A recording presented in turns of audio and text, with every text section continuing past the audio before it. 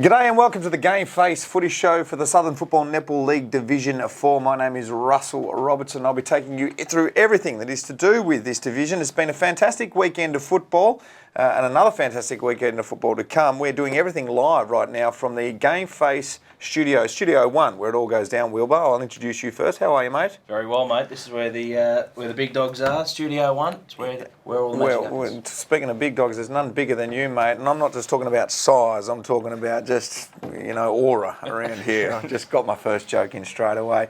Paddy's here. He's always here. How are you, Paddy? Great, Robbo. How are you, mate? I'm great. I'm great because we've got Scotty Steghouse in the studio, the South Yarra coach. Some big stories for you, Scotty, there as we get through this show. Yarras and Frankston play out a thriller. Wilson and Rafferty combine for 11 in CPL's big win, and Hallam claim inaugural Paul Thomas Cup. We'll talk a little bit about that later on, but let's get into Scotty Steghouse because he's here. We've mentioned his name a few times, Wilbur, on the show this year because he's been pretty bloody good this year, hasn't he? Yeah, absolutely. Playing coach, and they're doing some good things, the Yarras. Yeah, they're absolutely. Slow start, but they've now found their feet, and they're kicking goals, mate. Well, let's talk about that, Scotty. As Wilbur said, you're starting to find your feet. What do you attribute that to? We had a pretty slow start with pre-season. We didn't have a ground until pretty much round one, so it was hard to get the numbers on the track. And now we've started to get some training, a bit of continuity. We're starting to get going a little bit. Hey, you're playing coach. I mean, I reckon that's one of the most challenging things to do. I did it once when I came out of my career down at Geelong. I was playing coach. I needed a good coach on the bench. Is that what you've got for yourself there? Because you're concentrating on getting the ball, but you've got to have this overall view, don't you? Yeah, it was a lot harder than I thought, actually. The first couple of games, you sort of noticing things during the game, thinking, I'll mention that, and then 2 minutes later, thinking, I wasn't going to talk about that. Yeah. So I've got two assistants on the sideline. The old man still helps out, and Danny White's the assistant as well. So I pretty much just leave it all in their hands on game day and get the notes from them. Yeah. So you took over from your old man at the end of last year. Has he been, pretty helpful in terms of you finding your feet as a senior coach and giving you that sort of guidance and mentorship? Yeah, absolutely. He was. You definitely need someone as a player coach on the sideline that you just know you can get all the information off and they can understand what you're trying to do. So it's handy for me. I can just focus on playing footy, and then at quarter time each break come up to him and gives me a bit of feedback, and any advice I need I've got it there. So it probably works in your favour a bit, Scotty, actually only sometimes, and that you have to be really well prepared, don't you? You have to know the changes, you have to know the rotations, and your assistant coach on the sideline needs to know exactly what you want done for that game and keep an eye on a few things. So you probably talk about it a bit, wouldn't you, Paddy? Yeah, you do. But just on that, with having your dad, or with you taking over from your dad and having him on the sidelines, does he still like to have it his way a little bit, or does he? No, surprisingly not. He's been pretty good. I thought he definitely would, but he was pretty ready to get out of coaching and sit back a little bit more, and he would have stayed away completely. But then once I got involved, he's like, you're going to need a hand here. As long as you're not winding up when you're doing your media with things like, I'm still trying to fix the club after the last coach. That one. Yeah, he got the sack, so they brought in the new one. And he's been good. He still takes all the credit when something goes right. So of course he does. Yeah. But a new home for you guys this year. I mean, you've ventured away from Fritz Holzer for various reasons. How are you finding your new digs at Lee Park? Bit of a change of scenery. Yeah, a bit of an improvement. Not too hard to improve on the last deck. So the boys are loving it, actually. It's a good ground. Facilities aren't too great. You've got to share the showers with the opposition after the game and stuff, so that's a bit old school. But the actual deck itself's really good. So like the peanut farm. What's that? St Kilda had to shower the opposition there. Oh, did they? Yeah, it's a bit awkward, but Especially when there's mixed teams. It makes it really awkward. Anyway, moving on. You're turning it into a happy hunting ground, though. You're winning a few games. Yeah, it was spewing. That was our first loss on the weekend there, so it was going nicely, and then Frankston just pipped us. So we'll get to that in a minute, but just before that, you'd won 6 games on the trot, and announced yourself as you're right in the mix for possible premiership. Well, not sugarcoat it. You're doing some pretty good things. What do you attribute that rich vein of form to? I think up to last year, obviously last year was a pretty rough year for us all. I think we used about 50 players with injuries and things like that. So we got beat up a bit last year. So once we got that sort of first win on the board, we worked out we're going down a division, and we're going to be a little bit more competitive. Boys got a little bit of confidence, and then the training starts to pick up. A couple of wins start to happen. A few more boys start to get on the track a little bit more, and yeah, just the confidence that comes with it. And I know it probably wasn't your decision as senior coach. You probably stay a little bit clear of that. But the decision to drop down from Div 3 to Div 4, do you know much about how that decision came about? I imagine that'd be more of a committee level decision. Yeah, I think it was pretty much just to do with the ground, just not having a ground during the pre-season. It was really hard to get the numbers around the club, so we weren't even sure what sort of side we're going to have on the park come round one.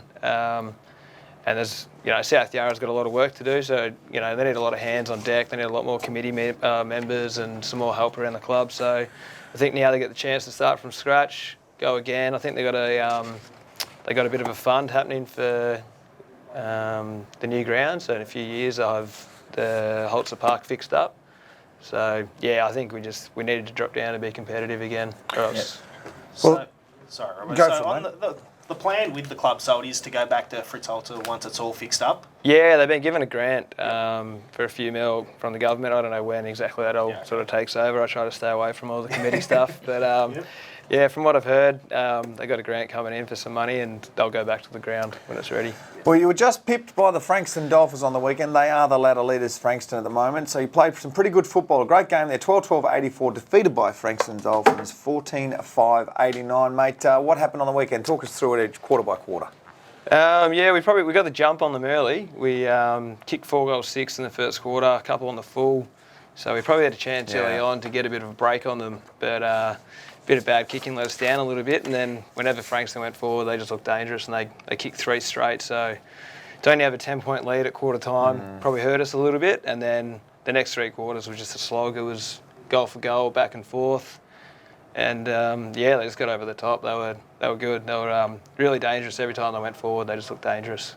It absolutely kills you when you don't kick straight, doesn't it? And the team just goes bang, bang, bang and nails them. You're sort of like, wasted opportunities, what could have been. But early on. Do you dwell on that, though, as a coach, or do you just move on pretty quick? Not really. We're getting a lot of opportunities, so we're doing a lot right. Early on was frustrating because we were missing a few easy ones, but then as the game went on, they were sort of forcing us to go wide. So we were taking hard shots, and that's just credit to them. They set up really well. And whenever they went forward, they were getting the ball in the right spots and having easier shots on goal. So it always used to frustrate me. I'm a forward, and I know, you didn't try to miss the goals. Yeah, you didn't try, and then the coach would say at quarter time, make sure you take the opportunities when you get them. You're like, I'm trying to take my opportunities. Well, I love a goal. Some other results for you, and we'll talk through each game by game. Dandenong 8-5-53 defeated by CPL. A rampaging CPL 28-14-182. 16 goals to half time. Alex Wilson 6, Brent Rafferty 5 goals. Wilbur. Yeah, I mean, after half time, it was a brilliant performance from CPL. 16 goals to 2 after half time. It's an emphatic result for CPL and a win they needed to have. It's absolutely massive, and they're starting to come good, which could be scary for everyone else, considering we've spoken regularly about how slow they were at the start of the year. They've had injuries, they've had lots of things go wrong, but it's starting to just come together. And you saw last year with the division that it didn't matter what happened to the halfway point because Lyndhurst and CPL were miles in front of everyone, and then Cerberus popped up at the right end of the season, won their last 6 or 7 games of the season, pushed into finals with momentum, and came over the top of everyone. So watch out if they can get it right by the back end of the season. And just on that, Alex Wilson, leading the goal kicking, has been regularly kicking goals every week. I think he came runners up last year, so in good form and being consistent. Well, Scotty here is hoping that it's just they're a little bit comfortable. You usually got a big game against CPL on the weekend, mate, so you want them nice and soft. We actually had Kane Padman on the show a couple of weeks ago, and perhaps he's taken your advice and had that... No, he rang me up. Just on that, he rang me afterwards and told me to tell you that it didn't work. What didn't work? What did I say? I don't even know what I said. You told me to take him out on the Thursday night for a few years. I did. And they got done that Saturday, but yeah. Well, that's a bad result for everyone every week, I reckon. Or maybe they just continued into the Saturday Dale tennis side. Maybe went a bit too hard. Hallam 13. Too much of a good thing. The next game, Hallam 13-12-90 defeated Lindale 6-5-41 in the Paul Thomas Cup. Tell us about the Paul Thomas Cup, Wilbur. Righto. So Paul Thomas was a Super Rules player at Hallam and recently passed away. And he's got 3 kids, Shane, Michelle and Hayley, that have both played for Hallam, and I think they're now at Lindale. So great way to honour Thomas's memory. And they had a fantastic day down there. Past Players Day they tied it in with, and the Thomas's wife, I guess, had an input in the best on ground medals. They had a triple header down there, so the best on ground for the seniors and the women's were awarded a medal. And Sam Ferrari won it for Hallam in the senior men's game and had a pretty good afternoon there. So a fantastic day down at the Hawk's Nest. Nicely done, Wilbur. Moving on to the next game. Moorabbin 11-7-73, defeated by Lyndhurst 13-14-92. They roll on. Big score for Lyndhurst there, Paddy. Yeah, and I'm hearing it was probably a little bit flattering with the margin there. Lyndhurst were well on top from what I'm hearing, Yep. and probably should have won by a bit more. But well done to Moorabbin by able to keep them to that, because as Scott said before, sometimes pressure and forcing people to go to the wrong positions is what causes bad kicking. So. Absolutely. We'll move on to the ladder after round 8. And it's quite interesting right up the top there, because you've got the Frankston Dolphins and Lyndhurst first and second, but it's the two teams below that are finding form at the moment. They've got to play each other this weekend, so it'll be interesting to see what goes on there. 8 wins to Frankston Dolphins and Lyndhurst, 6 to South Yarra, 5 to Karen Patterson Lakes, and rounding out the bottom part of the ladder, Moorabbin, Hallam, Lindale and Dandenong. We'll move into the Division 4 Team of the Week. These two boys here, I speak with Wilbur and Paddy, they've poured over the team lists and pulled out these guys. I'll hand it over to you. Alrighty, so starting with the back line, we've got Jesse Walia from Lyndhurst, has been a fixture in this Team of the Week for a couple of weeks, as too has this man Liam Hickman from CPL, and Harry Gillett in the back pocket from South Yarra. Had a reasonable game on the weekend, Scotty. Yeah, he was good. The little angry redhead. He played a good game. Very good. Gotta love the redheads. Yeah. On the half back line, Kevin Twight, brother of Jason from Lyndhurst, Brendan Murphy from Frankston Dolphins, and Matt Pascasio from Frankston Dolphins. In the centre line, Corey Wilshire from Lyndhurst, Sam Ferrari, the BOG medalist in the Paul Thomas Cup from Hallam, and Callum Eifler from Frankston Dolphins on the other wing. And from the half forward line, Brent Rafferty from CPL, Josh Kerrigan from Frankston Dolphins kicked a lazy 6, and Tristan Curtis from CPL. And the forward line, Jack Shalassian, Alex Wilson and Sean Fella. He's been in some good form, has Shawnee boy. Yeah, he had about 10 shots on goal on the weekend. He's dominating. He's a real good player. Good pick up this year. How many you end up with? Just the 3. At least His fault. Yeah. It was his fault. Yeah, we had a function. But there we go. Oh dear. At least he's getting his hands on the footy. So That's half the stuff. battle. And in the rucks, Matt Hall from CPL. The bloke on my right here, Scott Steghouse from South Yarra, and Jared Murphy from Lyndhurst. And on the interchange bench, Sean Jackson from Moorabbin, Brenton Lockhart from South Yarra, Albie Evans from South Yarra, and Jared Sullivan from Frankston Dolphins. Nicely done, boys. What a team. We'll move on now to the round 10 fixture. It's got the two Linds up the top there, Lindale versus Lyndhurst. I'm going to get a tip from all of you. We'll go from you to you, starting with you, Wilbur. Lyndhurst will win this comfortably, I think. Yeah, I think Lyndhurst will do it pretty easy, I think.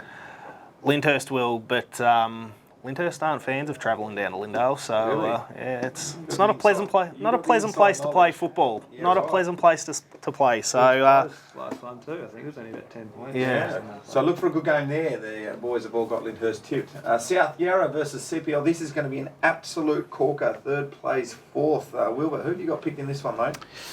Probably South Yarra, I think. CPL, I mean, the welcome return to form last week, but Yep.